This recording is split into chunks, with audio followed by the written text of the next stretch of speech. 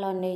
ఈరోజు మనం 10వ తరగతి న్యూ సిలబస్ 2024-25కు సంబంధించి అర్థశాస్త్రం ఎకనామిక్స్లో 4వ అధ్యాయం ప్రపంచీకరణ మరియు భారతదేశ ఆర్థిక వ్యవస్థ దాని గురించి చూద్దాం. నేడు ప్రపంచంలో వినియోగదారులుగా మనలో కొంతమందికి అనేక రకాల వస్తువులు మరియు సేవలు మిగిలిన వారి కంటే ముందుగానే అందుబాటులో ఉన్నాయి. ప్రపంచంలోని ప్రముఖ తయారీదారులు తయారు చేసిన డిజిటల్ కెమెరాలు, మొబైల్ ఫోన్లు మరియు టెలివిజన్ల యొక్క కొత్త మోడళ్లు మనకు అందుబాటులో ఉన్నాయి. ప్రతి కాలంలో ఆటోమొబైళ్ల కొత్త మోడళ్లు భారతీయ రోడ్లపై కనిపిస్తాయి. భారతీయ రోడ్లపై అంబాసిడర్, ఫియట్ కార్లు మాత్రమే ఉండే రోజులు పోయాయి. నేడు భారతీయులు ప్రపంచంలోని దాదాపు అన్ని అగ్రశ్రేణి కంపెనీలచే ఉత్పత్తి చేసిన కార్లను కొనుగోలు చేస్తున్నారు.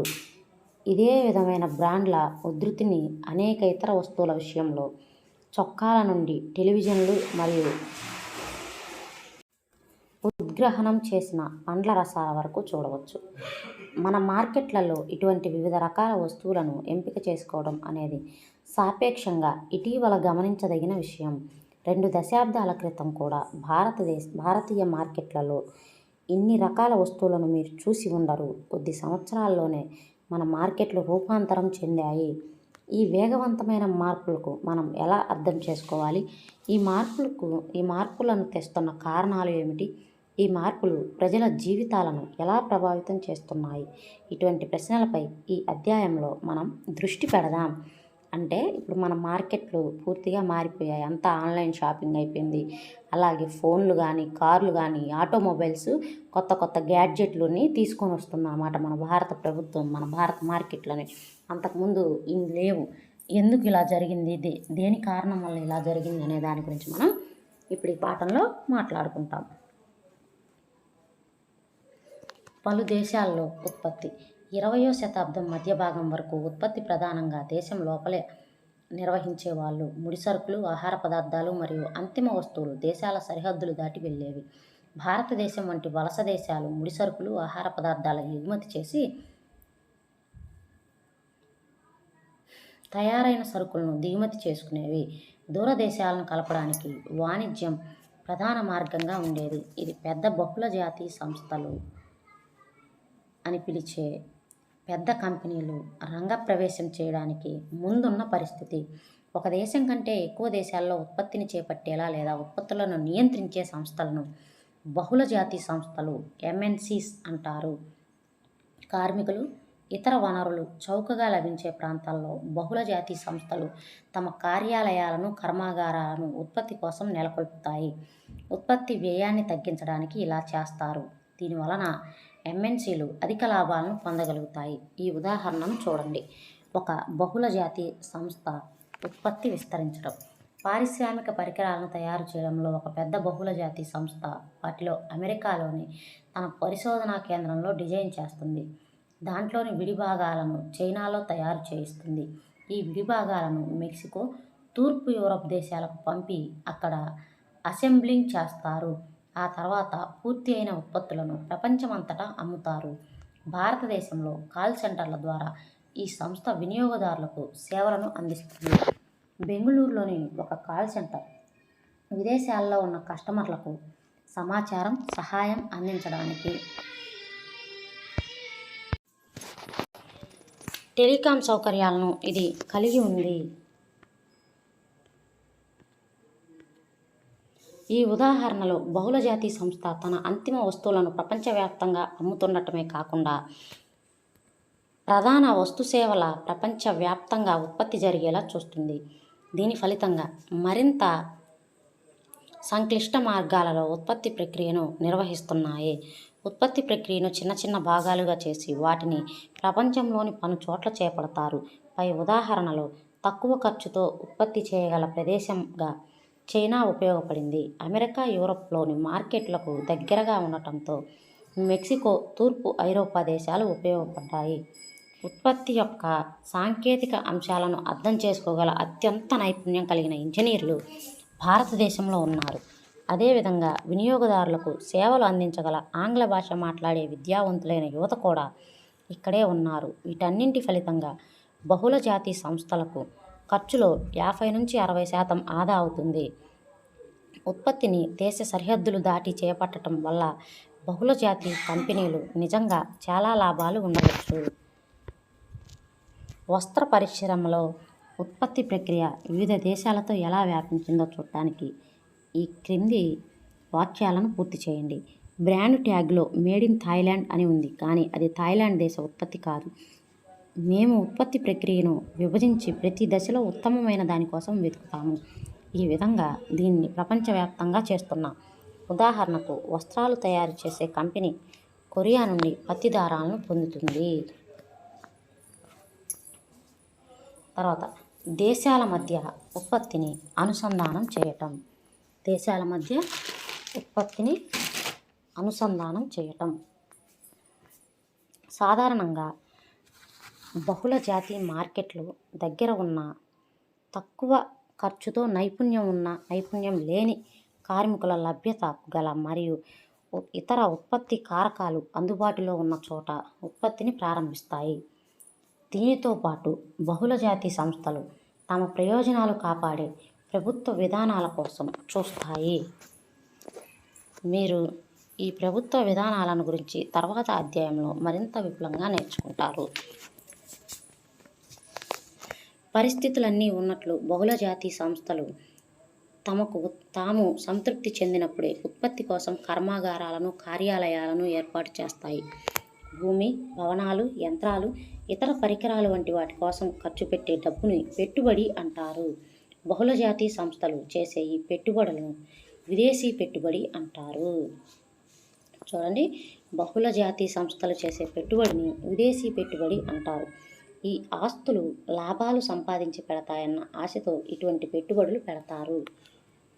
కొన్ని సందర్భాల్లో బహుళజాతి సంస్థలు ఆయా దేశాల స్థానిక కంపెనీలతో కలిసి ఉత్పత్తిని చేపడతాయి.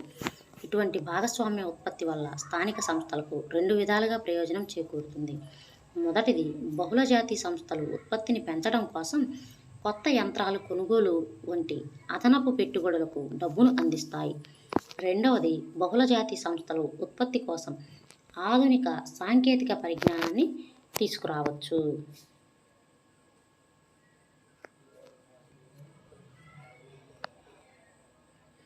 స్థానిక కంపెనీలు కొనేసే ఉత్పత్తులను విస్తరించుకోవడం అనేది ఎంఎన్సి పెట్టుబడులకి ఒక సాధారణ మార్గం.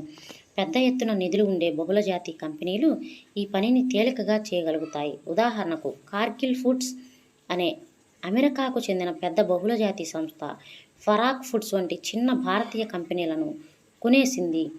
ఫరాక్ ఫుడ్స్ భారతదేశమంతటా పెద్ద మార్కెటింగ్ వ్యవస్థను, తమ బ్రాండ్ మంచి పేరును కలిగి ఉంది. అదేవిధంగా ఫరాక్ ఫుడ్స్కు 4 నూనె శుద్ధి కర్మాగారాలు ఉన్నాయి. దీని యాజమాన్యం ప్రస్తుతం కార్గిల్ ఫుడ్స్కి మారింది. కార్గిల్ ఫుడ్స్ ఇప్పుడు ప్రతి రోజు 50 లక్షల నూనె ప్యాకెట్లను తయారు చేసే సామర్థ్యంతో భారతదేశంలో అతిపెద్ద వంట నూనె ఉత్పత్తిదారుగా అవతరించింది. చూడండి, భారతదేశంలో అతిపెద్ద వంట నూనె ఉత్పత్తిదారుగా అవతరించిన బహుళజాతి సంస్థ కార్గిల్ ఫుడ్స్. ఇది ఒక రోజుకు ఎన్ని నూనె ప్యాకెట్లను ఉత్పత్తి చేయగలదు? 50 లక్షల నూనె ప్యాకెట్లను ఉత్పత్తి చేయగలదు. నిజానికి అగ్రశ్రేణి బహుళజాతి కంపెనీలు అభివృద్ధి చెందుతున్న దేశ ప్రభుత్వాల మొత్తం బడ్జెట్ కంటే ఎక్కువ సంపదను కలిగి ఉన్నాయి. ఇంత పెద్ద మొత్తంలో ఆస్తులు కలిగిన ఈ బహుళజాతి కంపెనీల శక్తి సామర్థ్యాలను, ప్రభావాన్ని ఊహించండి. బహుళజాతి సంస్థలు ఉత్పత్తి మరొక విధంగా కూడా నియంత్రిస్తాయి. అభివృద్ధి చెందిన దేశాల్లో పెద్ద బహుళజాతి సంస్థలు చిన్న ఉత్పత్తిదారులకు ఉత్పత్తి ఆర్డర్లు ఇస్తాయి. ప్రపంచవ్యాప్తంగా ఉన్న చిన్న ఉత్పత్తిదారులు చేపట్టే పరిశ్రమలకు ఉదాహరణలుగా దుస్తులు, చెప్పులు, క్రీడా పరికరాలు వాటి పరిశ్రమలను చెప్పవచ్చు. ఈ వస్తువులను బహుళజాతి సంస్థలకు అందజేస్తే అవి వాటిని తమ బ్రాండ్ పేర్లతో వినియోగదారులకు అమ్ముతాయి. ఈ దూర ప్రాంతాల్లో ఉత్పత్తిదారులకు చెల్లించే ధర, సరుకు నాణ్యత, అందించే సమయం, కార్మికుల పరిస్థితులు ప్రభావితం చేసే బలమైన శక్తి బహుళజాతి సంస్థలకు ఉంటుంది.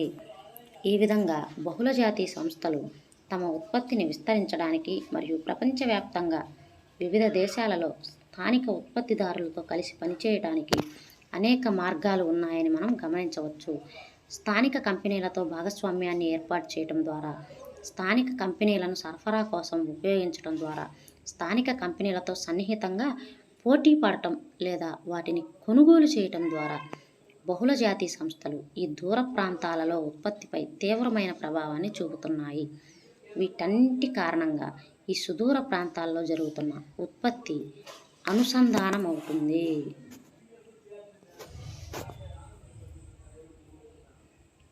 మనం ఇప్పుడు వీటిని పరిష్కరిద్దాం.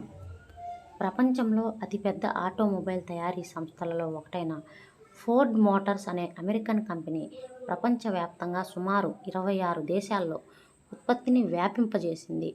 ఫోర్డ్ మోటార్స్ 1995లో భారతదేశానికి వచ్చి 1700 కోట్ల రూపాయలతో చెన్నై దగ్గర కర్మాగారాన్ని ఏర్పాటు చేసింది. చూడండి, ఫోర్డ్ మోటార్స్ ఏ సంవత్సరంలో భారతదేశంలోకి వచ్చింది? 1995లో.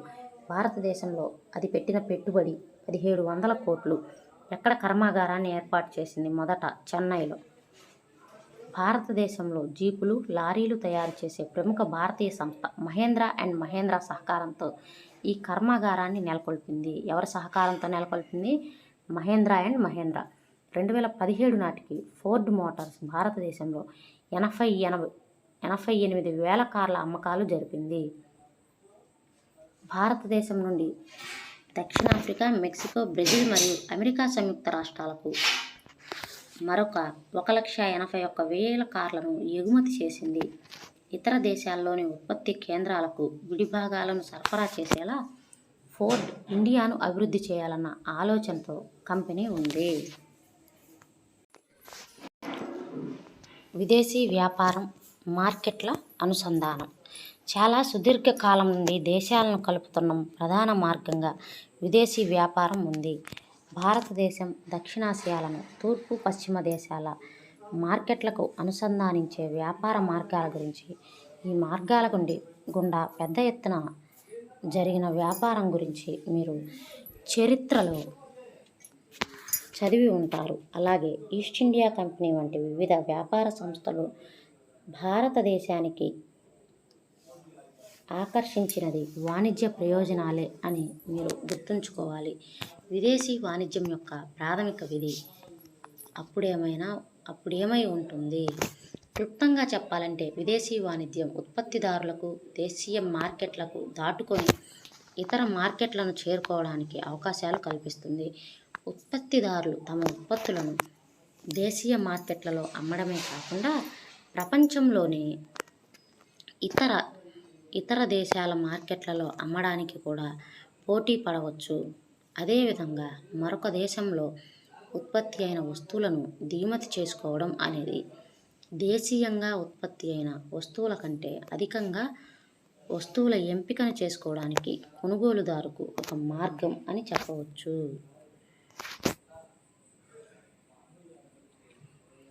ఈ ఉదాహరణ ద్వారా భారతీయ మార్కెట్లలో చైనా బొమ్మలు విదేశీ వ్యాపారం యొక్క ప్రభావాన్ని పరిశీలిద్దాం. బొమ్మలు ఎక్కువ ధరకు అమ్ముడవుతున్న భారతదేశానికి బొమ్మల ఎగుమతి చేసే ఒక అవకాశం గురించి చైనా తయారీదారులు తెలుసుకున్నారు. వారు భారతదేశానికి ప్లాస్టిక్ బొమ్మలు ఎగుమతి చేయసాగారు. ఇప్పుడు భారతదేశంలో కొనుగోలుదారులకు భారతీయ, చైనా బొమ్మలలో ఏదో ఒక దానిని ఎంపిక చేసుకునే అవకాశం ఉంది. తక్కువ ధర, కొత్త డిజైన్ల కారణంగా చైనా బొమ్మలను భారతీయ మార్కెట్లో ఎక్కువ ఆదరణ పొందాయి. ఒక సంవత్సరం కాలంలో 70 నుండి 80% బొమ్మల దుకాణాలు భారతీయ బొమ్మల స్థానంలో చైనా బొమ్మలను భర్తీ చేశాయి. గతంలో కంటే ఇప్పుడు భారతీయ మార్కెట్లో బొమ్మలు చౌకగా లభిస్తున్నాయి. ఇక్కడ ఏం జరుగుతుంది? వ్యాపారం ఫలితంగా చైనా బొమ్మలు భారతీయ మార్కెట్లోకి ప్రవేశించాయి. భారతీయ మరియు చైనా బొమ్మల మధ్య నెలకొన్న పోటీలో చైనా బొమ్మలు మెరుగైనవిగా నిరూపితమైనవి. ఎందుకంటే ప్లాస్టిక్ ఇది కదా, రేటు తక్కువకే వస్తుంది.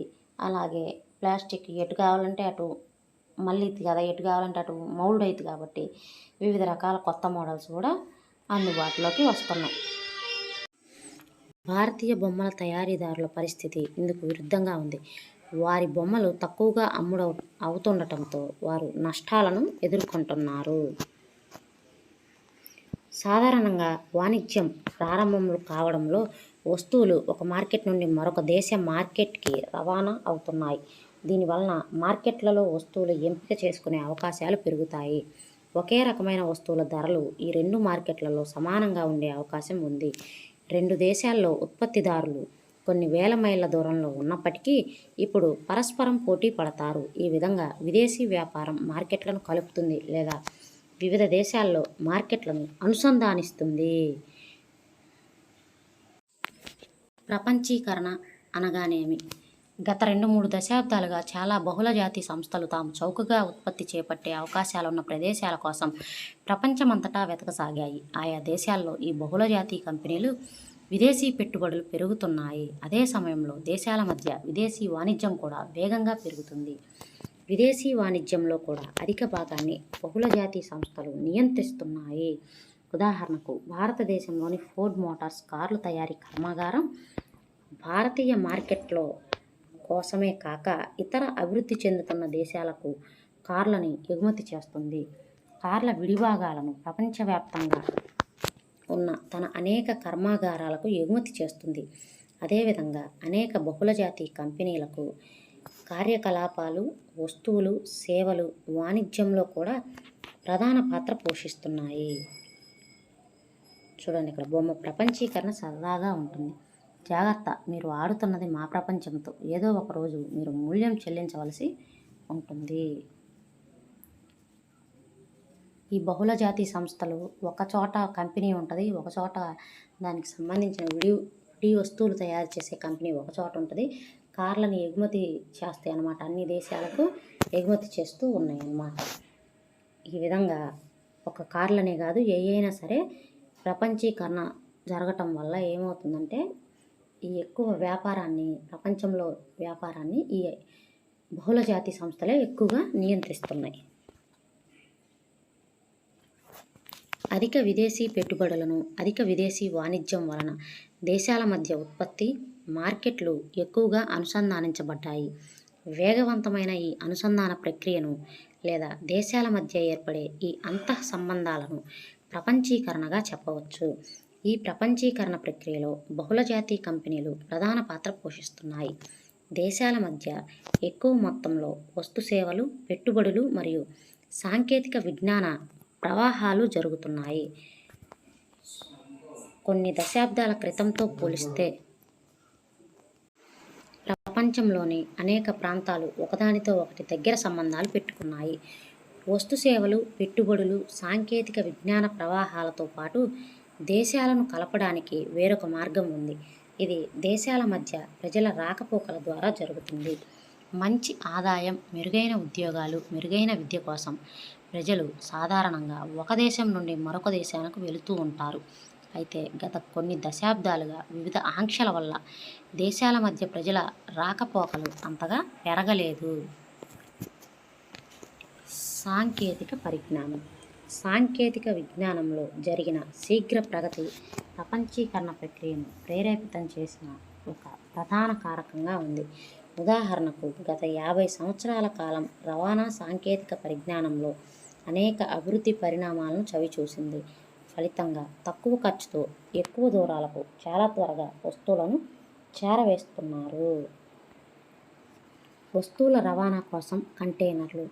కంటైనర్లలో వస్తువులను ఉంచి వాటిని యథాతథంగా నౌకలు, రైళ్లు, విమానాలు, ట్రక్కుల్లో ఎక్కిస్తారు. కంటైనర్లు పోర్టుల నిర్వహణ వ్యయ భారాలను భారీగా తగ్గించాయి. ఎగుమతులు ఆయా దేశాల మార్కెట్లను చేరుకోగల వేగాన్ని పెంచాయి. అదేవిధంగా విమాన రవాణా ఖర్చులు తగ్గాయి. దీనివలన విమానయాన సంస్థల ద్వారా చాలా ఎక్కువ మొత్తంలో వస్తువులను రవాణా చేయడానికి వీలు కలిగింది. తర్వాత సమాచార ప్రసార సాంకేతిక రంగంలో జరిగిన అభివృద్ధి చెందిన చెప్పుకోదగ్గ విషయం. సాంకేతిక రంగంలో అభివృద్ధి చెందినది అని చెప్పుకోదగ్గ రంగం సమాచార ప్రచారం అంట. ఇటీవల కాలంలో టెలికమ్యూనికేషన్, కంప్యూటర్లు, ఇంటర్నెట్ రంగాల్లో సాంకేతికత వేగంగా మార్పు చెందుతున్నది. టెలికమ్యూనికేషన్ సేవలు, టెలిగ్రాఫ్, మొబైల్ ఫోన్లతో సహా టెలిఫోన్, ఫ్యాక్స్ ప్రపంచంలో ఒకరితో ఒకరు మాట్లాడుకోవడానికి, సమాచారాన్ని తక్షణమే పొందడానికి మరియు మారుమూల ప్రాంతాల నుండి సంభాషించడానికి ఉపయోగించుకుంటున్నారు. ఉపగ్రహ ప్రసార సాధనాల వల్ల ఇదంతా సాధ్యమైంది. ప్రస్తుతం ప్రతి రంగంలో కంప్యూటర్లు ప్రవేశించడం మీకు తెలిసే ఉంటుంది. అంతర్జాలం అనే అద్భుత ప్రపంచంతో మీకు పరిచయం ఉండి ఉంటుంది. దీని ద్వారా మీరు తెలుసుకోవాలనుకుంటున్న విషయం గురించి సమాచారాన్ని పొందవచ్చు, పంచుకోవచ్చు. ఇంటర్నెట్ ద్వారా ప్రపంచంలో ఎక్కడికైనా నామమాత్రపు ఖర్చుతో మీరు తక్షణ ఎలక్ట్రానిక్ మెయిల్స్ పంపడానికి, ఎవరితోనైనా మాట్లాడటానికి కూడా అవకాశం ఉంది. ప్రపంచీకరణలో ఐటీని ఉపయోగించడం. లండన్లోని పాఠశాల కోసం ప్రచురించే వార్తా మ్యాగజైన్ ఢిల్లీలో డిజైన్ చేసి ముద్రిస్తారు. మ్యాగజైన్లో ప్రచురించాల్సిన అంశాలను ఇంటర్నెట్ ద్వారా ఢిల్లీలోని కార్యాలయానికి పంపిస్తారు. టెలికమ్యూనికేషన్ సదుపాయాల ద్వారా మ్యాగజైన్ను ఎలా రూపొందించాలో ఢిల్లీ డిజైనర్లు లండన్ కార్యాలయం నుండి ఆదేశాలు అందుతాయి. మ్యాగజైన్ డిజైనింగ్ అంతా కంప్యూటర్లో జరుగుతుంది. ముద్రించిన తరువాత మ్యాగజైన్లను విమానంలో లండన్కు పంపిస్తారు. డిజైనింగ్కు, ముద్రణకు డబ్బులు లండన్లోని బ్యాంకు నుంచి ఢిల్లీలోని బ్యాంకుకు ఇంటర్నెట్, ఈ-బ్యాంకింగ్ ద్వారా తక్షణమే పంపిస్తారు.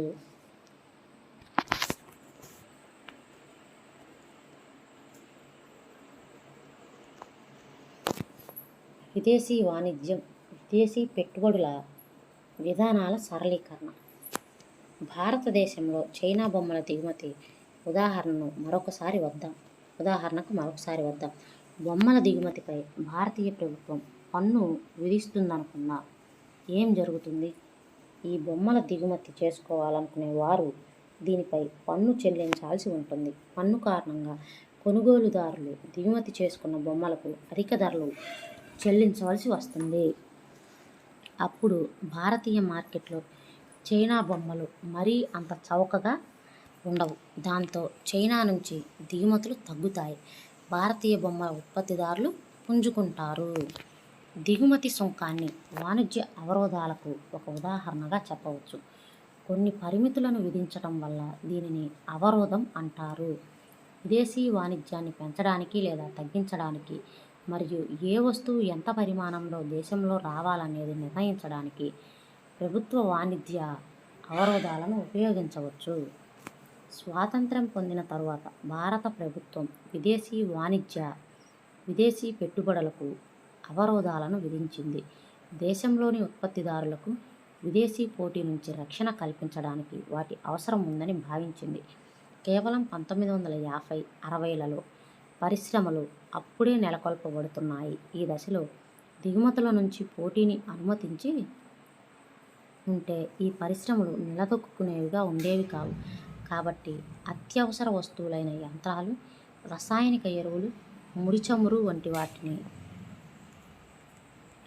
దిగుమతి మాత్రమే భారతదేశం అనుమతించింది.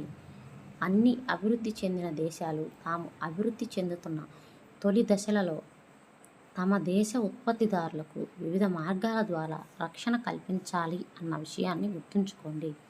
సుమారు 1991 నుండి మొదలుకొని దీర్ఘకాల ప్రభావం చూపించేలా భారతదేశ విధానాల్లో మార్పులు చేశారు. ప్రపంచవ్యాప్తంగా ఉన్న ఉత్పత్తిదారులతో భారతీయ ఉత్పత్తిదారులు పోటీ పడవలసిన సమయం వచ్చిందని ప్రభుత్వం భావించింది.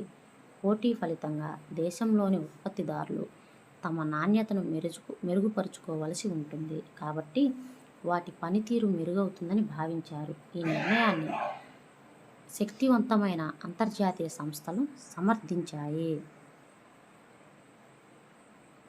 దీంతో విదేశీ వాణిజ్యం, విదేశీ పెట్టుబడుల మీద ఉన్న అవరోధాలు చాలా వరకు తొలగించారు. దేశంలోని అన్ని వస్తువులను సులభంగా దిగుమతి మరియు ఎగుమతి చేసుకోవచ్చని, విదేశీ కంపెనీలు ఇక్కడ కార్యాలయాలను, కర్మాగారాలను కూడా స్థాపించవచ్చని దీని అర్థం. ప్రభుత్వం విధించిన అవరోధాలు లేదా పరిమితులు తొలగించడానికి ప్రభుత్వం విధించిన అవరోధాలను లేదా పరిమితులను తొలగించడాన్ని సరళీకరణం అంటారు. వాణిజ్య సరళీకరణంలో ఏమి ఎగుమతి దిగుమతి చేసుకోవాలనుకుంటున్నారో స్వేచ్ఛగా నిర్ణయించుకోవడానికి సంస్థలను అనుమతించారు. అంతకు ముందుతో పోలిస్తే తక్కువ పరిమితులను ప్రభుత్వం విధిస్తుంది కాబట్టి దీనిని మరింత సరళీకృతమైనదిగా చెప్పవచ్చు. ప్రపంచ వాణిజ్య సంస్థ భారతదేశంలో విదేశీ వాణిజ్యం పెట్టుబడులను సరళీకృతం చేయడానికి చాలా శక్తివంతమైన అంతర్జాతీయ సంస్థలు సమర్థించాయని మనం తెలుసుకున్నాం. అన్ని రకాల అవరోధాలు విదేశీ వాణిజ్యానికి పెట్టుబడులకు నష్టం కలుగచేస్తాయని ఈ సంస్థలు వాదిస్తాయి. దేశాల మధ్య వాణిజ్యం ఎటువంటి అవరోధాలు లేకుండా స్వేచ్ఛగా ఉండాలని, అలాగే ప్రపంచంలోని అన్ని దేశాలు తమ ఆర్థిక విధానాలను సరళీకరించాలని వీళ్ళు అంటారు. అంతర్జాతీయ వాణిజ్యాన్ని సరళీకృతం చేయాలనే ఉద్దేశంతో పనిచేస్తున్న సంస్థలలో ప్రపంచ వాణిజ్య సంస్థ WTO ఒకటి. అభివృద్ధి చెందిన దేశాల చొరవతో ఏర్పడిన ఈ సంస్థ అంతర్జాతీయ వాణిజ్యానికి సంబంధించిన నియమాలను రూపొందించి అవి పాటించేలా చూస్తుంది. ప్రపంచంలో దాదాపు 160 దేశాలు ప్రస్తుతం ప్రపంచ వాణిజ్య సంస్థల్లో సభ్యులుగా ఉన్నాయి. చూడండి, ప్రపంచంలో ఎన్ని దేశాలు WTOలో సభ్యులుగా ఉన్నాయి? 160. అందరూ స్వేచ్ఛ వాణిజ్యం చేపట్టేలా ప్రపంచ వాణిజ్య సంస్థ చూడాలి. అయితే ఆచరణలో అభివృద్ధి చెందిన దేశాలు అన్యాయపూరిత వాణిజ్య అవరోధాలను ఇంకా కొనసాగిస్తున్నాయి. మరోపక్క ప్రపంచ వాణిజ్య సంస్థ నియమాలు అభివృద్ధి చెందుతున్న దేశాలను వాణిజ్య అవరోధాలను తొలగించేలా పనిచేశాయి.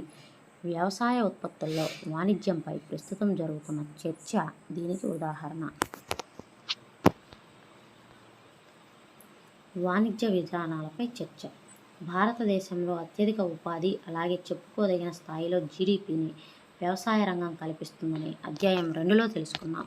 మొత్తం GDPలో 1% వ్యవసాయ వాటాను, మొత్తం ఉపాధిలో అతి స్వల్పమైన 0.5% వ్యవసాయ వాటాలను కలిగి ఉన్న అమెరికా వంటి అభివృద్ధి చెందిన దేశంలో దీనిని పోల్చండి. అయినా కానీ అమెరికాలోని వ్యవసాయంలో ఉన్న ఈ అతి కొద్ది మందికి ఉత్పత్తి దశలో ఇతర దేశాలకు ఎగుమతి చేసే దశలో అమెరికా ప్రభుత్వం నుంచి పెద్ద మొత్తంలో డబ్బు లభిస్తుంది. పెద్ద ఎత్తున లభించే ఈ ఆదాయం వల్ల అమెరికా రైతులు తమ వ్యవసాయ ఉత్పత్తులను చాలా తక్కువ ధరలకు అమ్మగలుగుతున్నారు. అదనంగా భారతదేశంలో ప్రపంచీకరణ ప్రభావం. గత 20 సంవత్సరాలలో భారత ఆర్థిక వ్యవస్థ ప్రపంచీకరణతో పాటు చాలా దూరం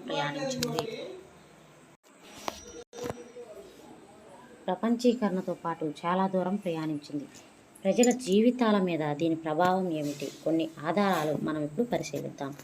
ప్రపంచీకరణ మూలంగా దేశీయ తయారీదారులకు, విదేశీ తయారీదారులకు మధ్య నెలకొన్న అధిక పోటీ కారణంగా వినియోగదారులకు, ప్రత్యేకించి పట్టణాలలో సంపన్నులకు మేలు జరిగింది. వీళ్ళు ఎంచుకోవడానికి ఇప్పుడు ఎన్నో వస్తువులు లభిస్తున్నాయి. వీరు నాణ్యమైన ఉత్పత్తులను, చాలా వస్తువులను తక్కువ ధరలకు పొందగలుగుతున్నారు.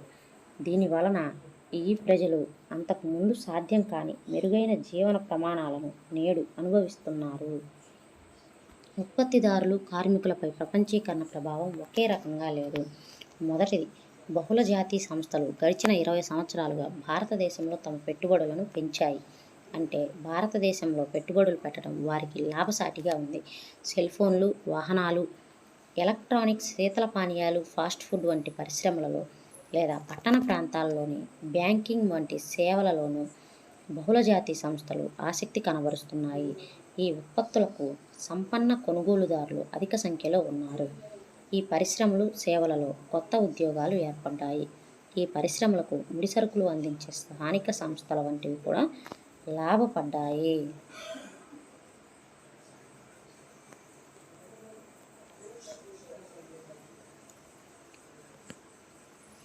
విదేశీ పెట్టుబడులను ఆకర్షించేందుకు చర్యలు. ఇటీవల కాలంలో భారతదేశంలో పెట్టుబడులు పెట్టేలా విదేశీ కంపెనీలకు ఆకర్షించడానికి కేంద్ర, రాష్ట్ర ప్రభుత్వాలు ప్రత్యేక చర్యలు చేపడుతున్నాయి. ప్రత్యేక ఆర్థిక మండలాలు అనే పారిశ్రామిక ప్రాంతాలను నెలకొల్పుతున్నాయి. ఈ షెడ్యూళ్లలో అనేక ప్రపంచ స్థాయి సౌకర్యాలు, విద్యుత్తు, నీళ్లు, రోడ్లు, రవాణా, గిడ్డంగులు, వినోద, విద్యా సదుపాయాలు వంటివి ఉంటాయి. ప్రత్యేక ఆర్థిక మండళ్లలో కర్మాగారాలను స్థాపించే కంపెనీలు మొదట 5 ఏళ్ల పాటు పన్ను చెల్లించాల్సిన పని లేదు.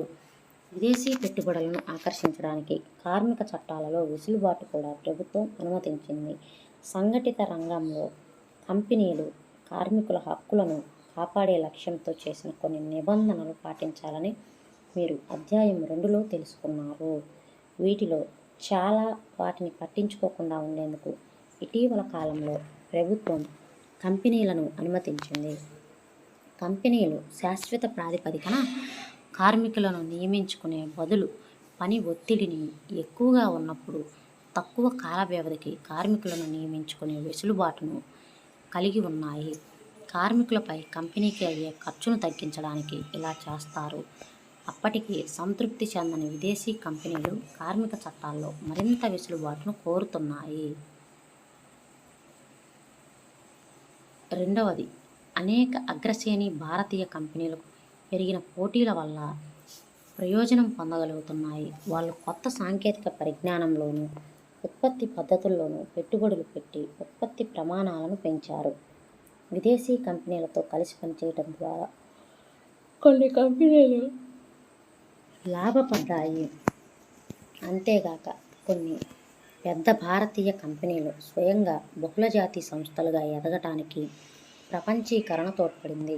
Tata Motors, Infosys, Ranbaxy, Asian Paints, Sundaram Fasteners వంటి కొన్ని భారతీయ కంపెనీలు ఇప్పుడు ప్రపంచవ్యాప్తంగా తమ కార్యకలాపాలను విస్తరిస్తున్నాయి. సేవలను అందించే కంపెనీలకు, ప్రత్యేకించి సమాచార సాంకేతిక రంగంతో కూడిన సేవలను అందించే కంపెనీలకు కొత్త అవకాశాలు ప్రపంచీకరణ ఏర్పరిచింది. లండన్లో ఉన్న కంపెనీకి భారతదేశంలోని కంపెనీ మ్యాగజైన్ను ముద్రించి ఇవ్వడం, కాల్ సెంటర్ల నిర్వహణ ఇందుకు కొన్ని ఉదాహరణలు. అంతేకాకుండా డేటా ఎంట్రీ, జమా లెక్కలు, పరిపాలనా సంబంధమైన పనులు, ఇంజనీరింగ్ మొదలగున వాటిని ఇప్పుడు భారతదేశం వంటి దేశాలలో చౌకగా చేసి అభివృద్ధి చెందిన దేశాలకు ఎగుమతి చేస్తున్నారు. చిన్న ఉత్పత్తిదారులు పోటీ పడటం లేదా నిష్క్రమించటం. అధిక సంఖ్యలో ఉన్న చిన్న ఉత్పత్తిదారులకు, కార్మికులకు ప్రపంచీకరణ పెద్ద సవాళ్లను విసిరింది. ఒక పారిశ్రామికవేత్తగా తన జీవితంలో ఇంత తక్కువ కాలంలో ఒక సంక్షోభాన్ని ఎదుర్కోవలసి వస్తుందని రవి ఊహించలేదు. తమిళనాడులో పారిశ్రామిక పట్టణమైన హుసూర్లో కెపాసిటర్లు ఉత్పత్తి చేసే తన సొంత కంపెనీ స్థాపించడానికి 1992లో బ్యాంకు నుండి అప్పు తీసుకున్నాడు. ట్యూబ్లైట్లు, టెలివిజన్ వంటి పలు ఎలక్ట్రానిక్ గృహోపకరణాలు కెపాసిటర్లు ఉపయోగిస్తారు. 3 సంవత్సరాల్లోనే ఉత్పత్తిని పెంచి అతని కింద పనిచేసే 20 మంది కార్మికులను పెట్టుకోగలిగాడు. 2001లో ప్రపంచ వాణిజ్య సంస్థలతో జరిగిన ఒప్పందం కారణంగా ప్రభుత్వం కెపాసిటర్ల దిగుమతులపై ఉన్న పరిమితులను తొలగించడానికి తన కంపెనీని నడపటానికి అతనికి కష్టాలు మొదలయ్యాయి. అతని ప్రధాన కొనుగోలుదారులైన టెలివిజన్ కంపెనీలు టెలివిజన్ సెట్ల ఉత్పత్తి కెపాసిటర్లతో సహా విడి భాగాలను పెద్ద సంఖ్యలో కొనేవి. అయితే ఎంఎన్సీలు టీవీ బ్రాండ్ల గురించి ఎదురయ్యే పోటీ ఫలితంగా భారతీయ టెలివిజన్ కంపెనీ బహుళజాతి సంస్థలకు అసెంబ్లింగ్ పనులు చేసేవిగా మారిపోయాయి. ఒకవేళ వాటిలో కొన్ని కెపాసిటర్లను కొంటున్నప్పటికీ దిగుమతి చేసుకున్న కెపాసిటర్ ధర రవి లాంటి తయారీదారు ఇచ్చే ధరల్లో సగమే ఉండటంతో దిగుమతి చేసుకోవడానికి మొగ్గు చూపుతున్నారు. ఇప్పుడు రవి 2000 సంవత్సరంలో ఉత్పత్తి చేసిన కెపాసిటర్ల సంఖ్యలో సగమే ఉత్పత్తి చేస్తున్నాడు. అతని దగ్గర ఇప్పుడు 7 కార్మికులు మాత్రమే పనిచేస్తున్నారు. హైదరాబాద్, చెన్నైలలో ఇదే వ్యాపారంలో ఉన్న రవి మిత్రులు తమ పరిశ్రమలను మూసేశారు. పోటీ కారణంగా తీవ్రంగా నష్టపోయిన చిన్న తయారీదారులు గల పరిశ్రమలకు ఉదాహరణలుగా బ్యాటరీ, కెపాసిటర్లు, ప్లాస్టిక్ వస్తువులు, బొమ్మలు, టైర్లు, పాల ఉత్పత్తులు, కూరగాయలు, నూనెలు వంటివి ఉత్పత్తులను చెప్పవచ్చు. వీటిలో చాలా పరిశ్రమలు మూతపడి చాలామంది కార్మికులు నిరుద్యోగులుగా మారారు. భారతదేశంలో వ్యవసాయం తర్వాత చిన్న పరిశ్రమలు అత్యధిక సంఖ్యలో కార్మికులకు 20 మిలియన్ల మంది కార్మికులకు ఉపాధి కల్పిస్తున్నాయి. పోటీ మరియు అనిశ్చిత ఉపాధి. ప్రపంచీకరణ, పోటీ కారణంగా తలెత్తే ఒత్తిడి అనేవి కార్మికుల జీవితాల్లో గణనీయమైన మార్పులను తెచ్చాయి. ఇప్పుడు పెరుగుతున్న పోటీని తట్టుకోలేక అనేక మంది యజమానులు కార్మికులను వెసులుబాటు బట్టి నియమించుకుంటున్నారు. దీని అర్థం కార్మికుల ఉద్యోగాలు ఇక ఏమాత్రం భద్రమైనవి కాకపోవచ్చు. భారతదేశంలో వస్త్ర ఎగుమతి పరిశ్రమలలో కార్మికులు ఈ పోటీ కారణంగా తలెత్తే ఒత్తిడి ఎలా తట్టుకుంటున్నారో చూద్దాం.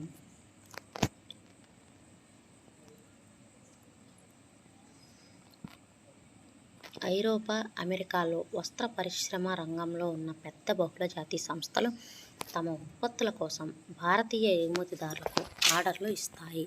ప్రపంచవ్యాప్తంగా లావాదేవీలను కలిగి ఉన్న ఈ పెద్ద బహుళజాతి సంస్థలు లాభాలను పెంచుకోవడానికి చౌకగా దొరికే వస్తువుల కోసం చూస్తాయి. ఈ భారీ ఆర్డర్లను పొందడానికి భారతదేశ వస్త్ర ఎగుమతిదారులు సొంత ఖర్చులను తగ్గించుకోవడానికి తీవ్రంగా ప్రయత్నిస్తారు. ముడిసరుకుల వ్యయాన్ని తగ్గించలేరు కాబట్టి ఎగుమతిదారులు శ్రామిక వ్యయాన్ని తగ్గించడానికి ప్రయత్నిస్తారు. ఇంతకుముందు కార్మికులకు శాశ్వత ప్రాతిపదికన నియమించే ఒక పరిశ్రమ ఇప్పుడు తాత్కాలిక ప్రాతిపదికన మాత్రమే నియమిస్తుంది. దీనివల్ల సంవత్సరమంతా కార్మికులకు జీతాలు చెల్లించాల్సిన అవసరం లేదు. ఉత్పత్తి ఉధృతంగా జరిగే కాలంలో కార్మికులకు సుదీర్ఘమైన పని గంటలు కూడా ఉంటాయి. రోజు రాత్రి షిఫ్ట్లో కూడా పని చేయవలసి ఉంటుంది. వేతనాలు తక్కువగా ఉంటాయి. తమ కనీస అవసరాలు తీర్చుకోవడానికి కార్మికులు సాధారణ సమయానికి మించి ఎక్కువ సమయం పనిచేయవలసి వస్తుంది.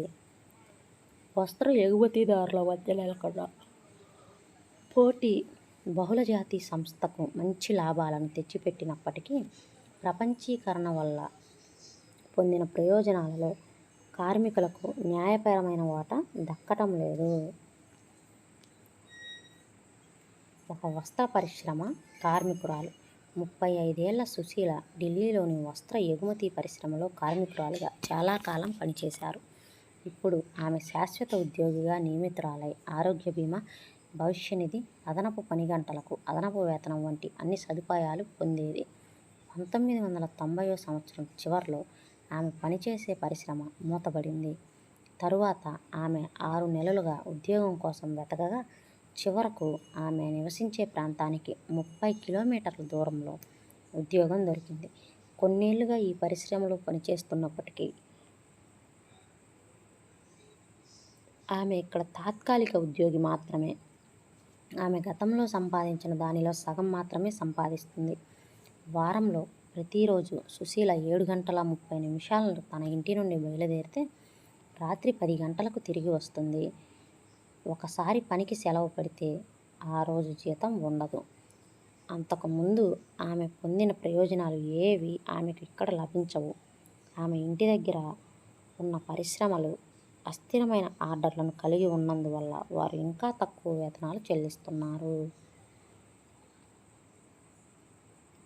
పైన వివరించిన పని పరిస్థితులు, కార్మికుల కష్టాలు భారతదేశంలో అనేక పరిశ్రమల్లో, సేవల్లో సర్వసాధారణం అయిపోయాయి. నేడు అధిక సంఖ్యలో కార్మికులు అసంఘటిత రంగంలో నియమితులవుతున్నారు. అంతేకాకుండా సంఘటిత రంగంలో పెరిగిన పని పరిస్థితులు అసంఘటిత రంగానికి తలపిస్తున్నాయి. సంఘటిత రంగంలో పనిచేసే సుశీల వంటి కార్మికులు ఇంతకు ముందు పొందిన ఉద్యోగ భద్రత ప్రయోజనాలను ఇక మీదట పొందలేరు. న్యాయమైన ప్రపంచీకరణ కోసం పోరాటం. ప్రపంచీకరణ వల్ల అందరూ ప్రయోజనం పొందలేదని పైన ఉన్న ఆధారం తెలియజేస్తుంది. విద్య, నైపుణ్యం, సంపద ఉన్న వాళ్ళు కొత్త అవకాశాలు బాగా వాడుకున్నారు. ఇంకొక వైపు ఎటువంటి ప్రయోజనం పొందని ప్రజలు అధిక సంఖ్యలో ఉన్నారు. ప్రపంచీకరణ అనేది ఎప్పుడూ ఎవరూ కాదనలేని వాస్తవం. ప్రపంచీకరణ మరింత న్యాయవంతం చేయాలన్నదే మన ముందున్న ప్రశ్న. న్యాయమైన ప్రపంచీకరణ అందరికీ అవకాశాలను సృష్టిస్తుంది. దాని ప్రయోజనాలు బాగా పంచుకునేలా కూడా చేస్తుంది. దీనిని సాధ్యం చేయడంలో ప్రభుత్వ ప్రధాన పాత్ర పోషించవచ్చు. ప్రభుత్వ విధానాలు ధనికులు, అధికారం ఉన్న వాళ్ళకే కాక దేశంలోని ప్రజలందరి ప్రయోజనాలను కాపాడేలా ఉండాలి. ప్రభుత్వం చేపట్టగలిగిన కొన్ని చర్యలు గురించి మీరు తెలుసుకున్నారు. ఉదాహరణకు, కార్మిక చట్టాలు సరిగ్గా అమలయ్యేలా చూసి కార్మికులు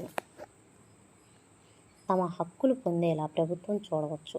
తమ సామర్థ్యాన్ని పెంచుకునేదాకా పోటీ పడగల శక్తి పొందే వరకు చిన్న ఉత్పత్తిదారులకు సహాయపడవచ్చు. అవసరమైతే ప్రభుత్వ వాణిజ్యం పెట్టుబడి అవరోధాలను ఉపయోగించవచ్చు. న్యాయపూరిత నియమాల కోసం ప్రపంచ వాణిజ్య సంస్థతో సంప్రదింపులు జరపవచ్చు.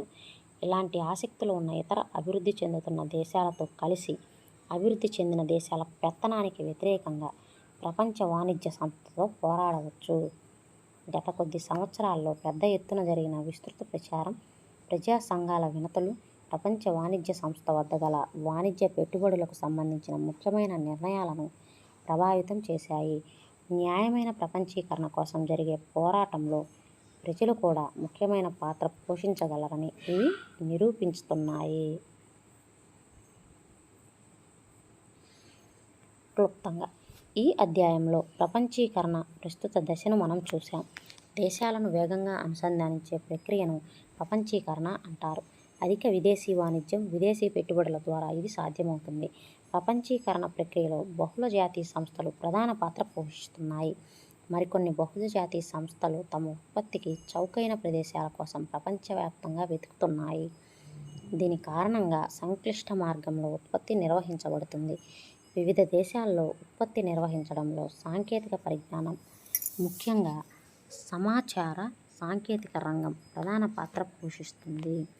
దీనితో పాటు వాణిజ్య పెట్టుబడుల సరళీకరణ అనేది వాణిజ్య పెట్టుబడులకు ఉన్న అవరోధాలను తొలగించడం ద్వారా ప్రపంచీకరణను సులభతరం చేసింది. అంతర్జాతీయ స్థాయిలో వాణిజ్యం, పెట్టుబడులను సరళీకరించడానికి అభివృద్ధి చెందుతున్న దేశాలపై ప్రపంచ వాణిజ్య సంస్థ ఒత్తిడి తెస్తుంది. అయితే ప్రపంచీకరణ ధనికులైన వినియోగదారులకు నైపుణ్యం, విద్య మరియు సంపద కలిగిన ఉత్పత్తిదారులకు లాభం చేకూర్చినప్పటికీ పెరిగిన పోటీ కారణంగా అనేక మంది చిన్న ఉత్పత్తిదారులు, కార్మికులు ఇబ్బంది పడ్డారు. న్యాయమైన ప్రపంచీకరణ అందరికీ అవకాశాలను సృష్టిస్తుంది. దాని ప్రయోజనాలను బాగా పంచుకునేలా చేస్తుంది.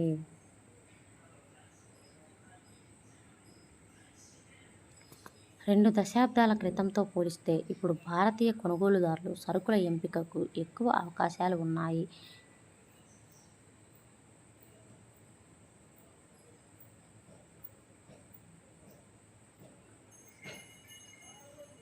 డాష్ ప్రక్రియతో ఇది దగ్గర సంబంధం కలిగి ఉంది. అనేక ఇతర దేశాల ఉత్పత్తి అయిన సరుకులను భారత మార్కెట్లో అమ్ముతున్నారు. ఏ ప్రక్రియ? ప్రపంచీకరణ. దీని అర్థం ఇతర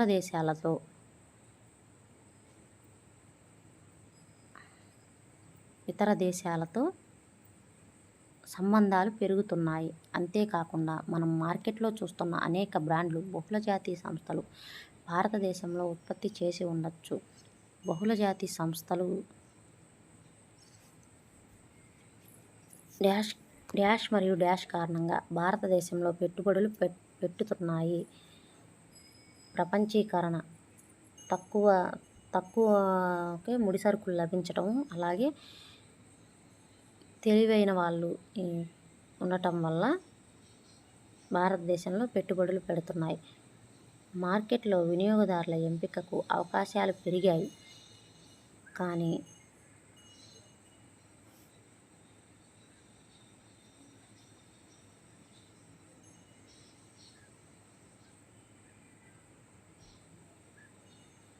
డాష్ మరియు డాష్ల వల్ల ఉత్పత్తిదారుల మధ్య పోటీ తీవ్రతరం అయింది. వేటి వల్ల ఉత్పత్తిదారుల మధ్య పోటీ తీవ్రతరం అయింది. మార్కెటింగ్, బహుళజాతి సంస్థలు ఉత్పత్తి చేసే వస్తువులు ధరలు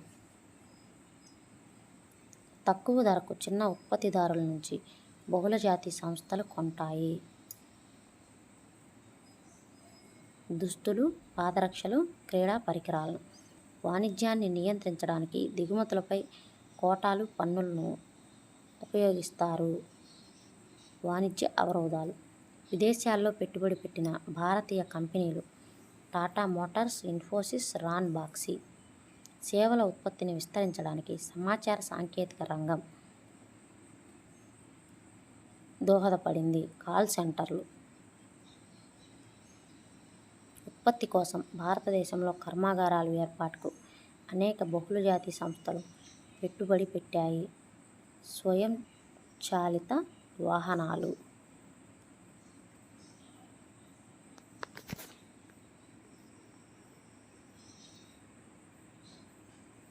గత 2 దశాబ్దాలుగా ప్రపంచీకరణ దేనిలో వేగవంతమైన కదలికలు చూశాయి.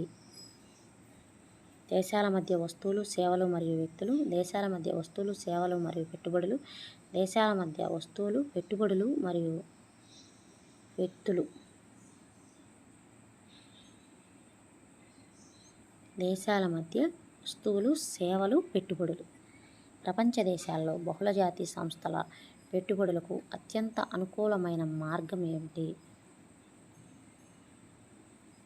కొత్త కర్మాగారాల ఏర్పాటు, ఇప్పటికే ఉన్న స్థానిక కంపెనీల కొనుగోలు, స్థానిక సంస్థలతో భాగస్వామ్యాన్ని ఏర్పరచుకోవడం. ప్రపంచీకరణ వివిధ జీవన పరిస్థితుల పెరుగుదలకు దారితీసింది. ప్రజలందరూ అభివృద్ధి చెందిన దేశాల్లో ప్రజలు, అభివృద్ధి చెందుతున్న దేశాల్లోని కార్మికులు, అభివృద్ధి చెందిన దేశాల్లోని ప్రజలు.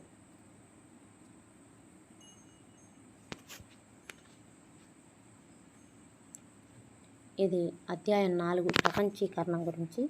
Thank you for watching. Video నచ్చినట్లయితే లైక్ చేయండి, షేర్ చేయండి, అలాగే మన ఛానల్ని సబ్స్క్రైబ్ చేసుకోండి.